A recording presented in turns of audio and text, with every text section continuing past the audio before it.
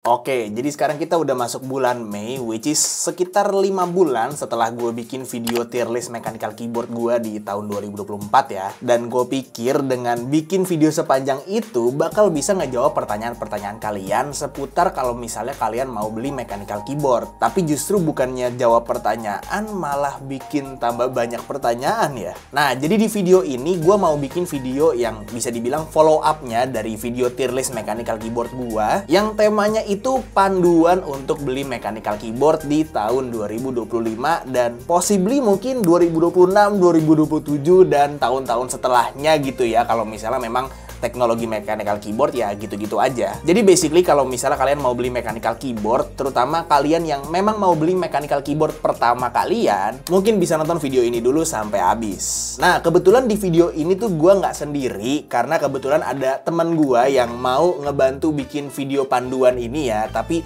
untuk tahu siapa orangnya, kalian harus nonton videonya dulu. Oke, jadi misalnya kalian punya pertanyaan, Bang, gue mau beli mechanical keyboard, kira-kira apa aja sih yang harus dipertimbangin? Nah, di video ini bakal ada 8 poin pertimbangan yang mungkin aja perlu kalian pikirin sebelum ngambil mechanical keyboard impian kalian. Jadi langsung aja kita masuk ke poin yang pertama. Jadi poin yang pertama itu budget. Kalian harus ingat kalau mechanical keyboard itu tuh kebutuhan tersier, bukan kebutuhan primer. Walaupun misalnya kalian itu kayak gua ya, yang ngabisin waktu berjam-jam kerja di meja kerja kalian, tetap aja yang namanya mechanical keyboard itu bukan hal yang harus banget dibeli gitu ya. Kalaupun mau beli, ya nggak harus yang mahal juga, karena ya yang namanya mechanical keyboard, mau yang harganya 300.000 sama yang harganya 3 juta, itu sebenarnya sama aja fungsinya, cuma buat ngetik aja. Tapi bukan berarti kalian itu harus ngambil yang paling murah juga, karena kalian harus ngeliat track record brand yang ngeluarin keyboardnya. Jangan sampai karena harganya murah banget, terus kalian lihat, wih, mechanical keyboard nih, terus kalian beli, gak lama udah rusak. Karena salah satu poin beli mechanical keyboard itu harusnya mechanical keyboard lebih awet dari keyboard membran. Jangan sampai kalian beli mechanical keyboard, baru 3 bulan pakai udah rusak. Dan yang pasti kalian itu jangan sampai FOMO ya. Jangan bela-belain beli keyboard yang lagi viral padahal harganya tuh nggak masuk ke budget kalian, atau misalnya kalian ya nggak suka sama desainnya. Pakai duit kalian secara bijak, pilih keyboard yang emang masuk ke budget kalian, dan pilih juga keyboard yang emang kalian suka. Koneksi juga adalah hal yang lumayan penting di sebuah keyboard ya. Sebelum kita beli, itu pada dasarnya ada dua, ada wireless dan juga wired. Kalau kalian memang butuh setup yang bebas sama kabel, kalian bisa pilih yang wireless. Kalau memang kalian ngerasa, oh kayaknya gue nggak apa-apa deh, ada kabel di meja gue, nah itu kabel pun juga nggak masalah. Selain itu, keyboard kabel juga punya beberapa keuntungan sebenarnya. Salah satunya adalah harga keyboard kabel itu biasanya harganya cenderung sedikit lebih murah di segmen keyboard pre-built yang budget, kalau memang itu juga jadi bahan pertimbangan. Selain itu, keyboard kabel itu juga enaknya kita nggak perlu pusingin masalah baterai dari keyboard wireless yang biasanya over the time nanti dia bakalan drop atau baterainya bisa kembung atau bahkan worst case-nya meleduk kayak keyboard gue yang pernah gue punya waktu itu. Oke, jadi selanjutnya itu software dan kompatibilitas. Memang zaman sekarang hampir semua mechanical keyboard itu ada softwarenya yang ngasih kalian kebebasan buat personalisasiin keyboard kalian ya. Misalnya mau atur ulang keys kalian, mau atur makro, dan lain sebagainya. Tapi nyatanya nggak semua keyboard itu punya software yang universal. Justru kebanyakan softwarenya tuh dibikin ya buat satu keyboard itu doang, which is sebenarnya fine-fine aja ya. Tapi layaknya ekosistem Apple nih ya, akan lebih baik kalau software keyboardnya itu bersifat universal. Dalam artian, mungkin softwarenya bisa dipakai buat mouse di brand yang sama dan nggak cuma buat si satu keyboard itu doang. Nah, mumpung lagi ngomongin Apple nih ya, nggak semua keyboard juga ada softwarenya di macOS. Memang ada beberapa software keyboard yang compatible di macOS, kayak contohnya Epo Maker gitu ya. Tapi akan lebih baik kalau kalian para pengguna macOS itu beli keyboard yang softwarenya itu udah compatible sama QMK atau VIA. Karena yang pertama, QMK atau VIA ini tuh software universal yang memang bisa dipakai di banyak keyboard gitu ya. Dan yang kedua, QMK atau VIA ini tuh sistemnya web-based, jadi kalian itu nggak perlu install software lagi. Tapi masih berhubungan dengan budget nih ya. Biasanya memang keyboard-keyboard yang kompatibel sama macOS gitu softwarenya, entah misalnya pakai software dedicated atau pakai QMK dan VIA, itu biasanya harganya lebih mahal. Jadi ya harus dipertimbangin lagi juga ke budget kalian. Tapi kalau misalnya kalian user Windows, so far sih semua keyboard yang ada softwarenya, at least yang pernah gua coba gitu ya, itu aman-aman aja sih. Layout juga nggak kalah penting dari sebuah keyboard ya, karena keyboard itu sekarang layoutnya ada macam-macam. Yang pertama, yang paling umum banget itu ada full size, ada TKL, ada 70%, ada 65%, dan 60% itu yang paling umum. Dan sebenarnya masih ada layout-layout aneh-aneh yang lainnya, salah satu contohnya kayak gini. Cuman gue nggak mau overwhelm kalian dengan layout yang banyak lagi di luar sana gitu ya, dan gue yakin kalian yang nonton video ini asumsinya ini bisa jadi keyboard pertamanya kalian yang pengen kalian beli, atau kalian lagi baru banget berencana, oh gue bingung nih mau beli keyboard apa, kira-kira gue harus lihat apa ya dari sebuah keyboard. Nah ini baru cocok buat kalian, gue nggak mau ngasih terlalu banyak layout lah intinya. Dan ini balik lagi ke kebutuhan juga, apakah kalian membutuhkan numpad? Kalau tidak, bisa dieliminasi ke TKL aja. Kalau kalian pengen yang lebih compact lagi dari TKL, bisa ke 75%. Kalau kalian nggak pengen atau nggak butuh ada F1 sampai F12, bisa lari ke 65%. Atau kalau kalian pengen yang lebih challenging lagi, bisa lari ke 60% juga, itu juga bisa. Dan benefitnya dari layout yang macam-macam kayak gini, itu adalah kita bisa mengeliminasi key yang tidak benar-benar kita gunakan. Jadi kita bisa lebih irit space, apalagi buat main game. Kita kan biasanya lebih butuh space buat mouse, geraknya lebih banyak. Nah itu gunanya pakai keyboard yang lebih compact. Nah, selanjutnya itu lebih ke form factor keyboardnya ya. Di sini gue mau bahas antara high profile keyboard sama low profile keyboard. Basically kayak judulnya ya, keyboard high profile itu punya struktur switch dan keycaps yang lebih tinggi, yang memang nge-resemble keyboard-keyboard zaman dulu gitu kan. Kalau keyboard low profile itu struktur switch dan keycapsnya lebih rendah. Mirip kayak kalau kalian ngetik di keyboard membran zaman sekarang atau kayak di laptop.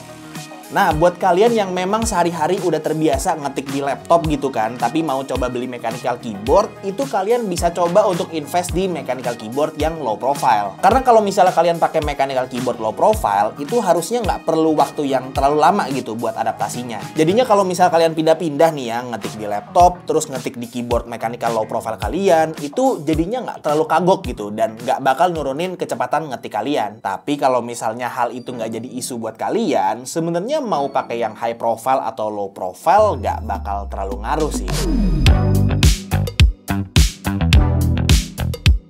Yang keenam itu adalah switch ya. Switch itu variannya sekarang ada banyak banget, cuman intinya itu ada cuman 3 jenis doang. Ada linear, tactile, sama clicky.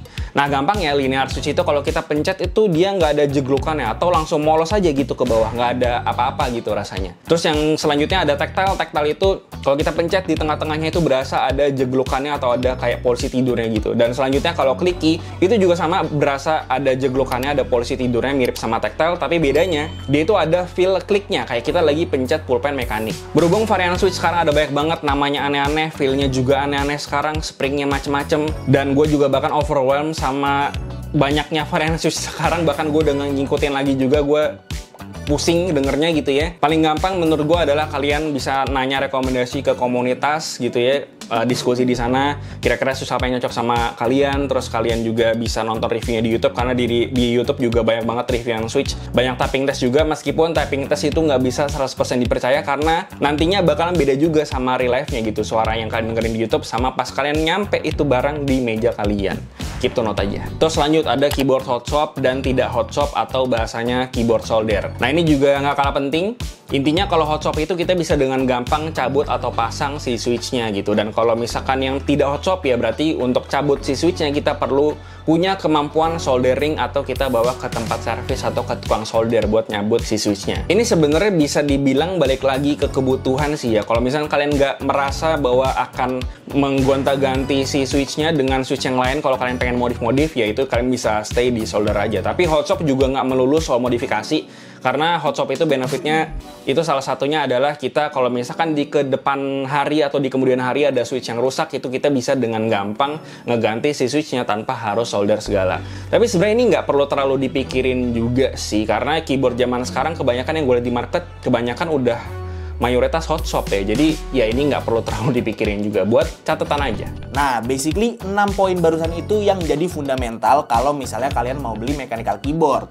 2 poin selanjutnya ini bakal lebih berhubungan ke taste sama selera gitu. Jadi 2 poin selanjutnya ini tuh lebih ke ya selera kalian aja mau beli keyboard yang kayak gimana. Dan yang pertama mau gua bahas itu masalah desain keyboardnya. Kalau kalian memutuskan untuk beli mechanical keyboard, barang inilah yang bakal hampir tiap hari kalian lihat di meja kalian. Entah misalnya kalian masih sekolah atau kuliah gitu kan, terus ngerjain tugas, atau yang udah kerja, apalagi kalau kerjanya WFH gitu kan. Jadi pastiin kalau kalian mau beli mechanical keyboard, pilih keyboard yang desainnya emang kalian suka dan yang sesuai sama selera kalian. Suka yang minimalis, pilih yang minimalis. Suka yang RGB, ya pilih yang ada RGB-nya. Atau suka yang tema wibu, ya pilih yang desainnya tema wibu. Sekali lagi gue ingetin, jangan FOMO beli keyboard yang lagi viral gitu ya. Atau misalnya ada teman kalian yang bilang, wih bagus nih keyboardnya, nyesel sih kalau lu nggak beli. Cuekin aja orang yang kayak gitu ya. Pokoknya pilih keyboard yang kalian itu nggak bakal bosen kalau misalnya ketemu sama keyboardnya tiap hari. Memang hampir semua jenis mechanical keyboard itu punya opsi buat ganti keycaps, terus bisa di repaint juga. Tapi ingat, kalian itu belum tentu punya waktu ataupun budget buat modif-modif keyboard kalian. Jadi kalau misalnya kalian beli keyboardnya dari awal udah cakep dan nggak perlu diapa-apain lagi, bukannya lebih enak? Yang terakhir yang menurut gue paling subjektif di antara semua guide yang sudah dijelaskan tadi ya, itu adalah tapping feel dan juga suara. Kalau suara bisa dibilang cukup mudah ya, dia ada 3 secara garis besar, ada clicky, ada clacky, ada talky.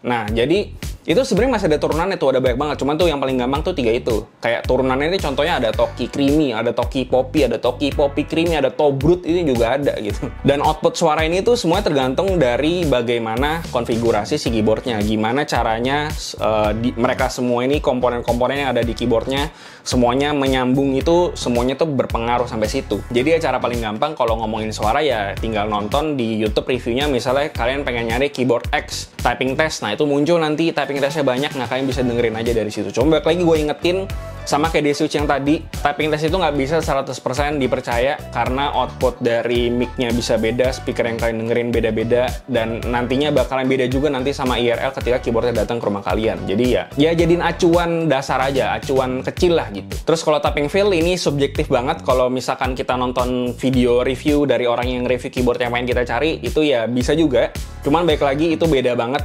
setiap reviewer yang mereview si keyboard ini, karena tergantung dari keyboard apa yang udah pernah mereka coba, dari keyboard apa yang biasa mereka pakai, itu juga bisa berpengaruh sama apa yang akan mereka ngomongin soal si tapping feel-nya. Cuman intinya kalau tapping feel sih biasanya ada yang soft atau empuk, ada yang stiff atau kaku ngetiknya gitu, atau keras, bottom out-nya kayak gimana.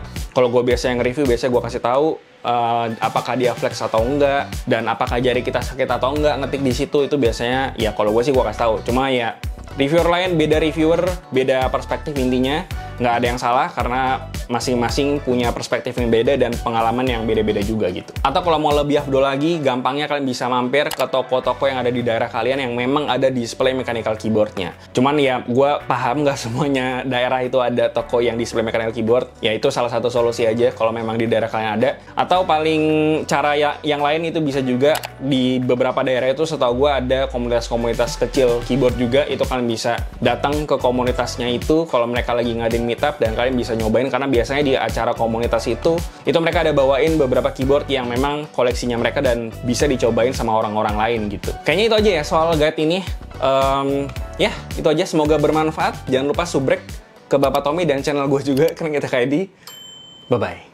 Oke, jadi itu ya 8 poin yang mungkin aja perlu kalian pertimbangin sebelum kalian beli mechanical keyboard pertama kalian gitu kan. Thank you banget buat Luis Kringkitek ID yang udah mau bantuin gue buat bikin video ini ya. Beliau ini udah main keyboard lama sebelum gue main keyboard, jadi cocok aja rasanya kalau gue ajak dia bikin video ini. Nah, kalau kalian udah nonton video ini sampai habis dan udah ngerti fundamentalnya apa aja untuk beli sebuah keyboard gitu kan, tapi masih bingung harus beli keyboard yang mana, di deskripsi udah gue taruh link ke database mechanical keyboard gua. Ada 40 lebih mechanical keyboard lengkap sama layout, fitur, harga, dan pastinya link pembeliannya ya. Jadi nggak perlu nyari-nyari lagi.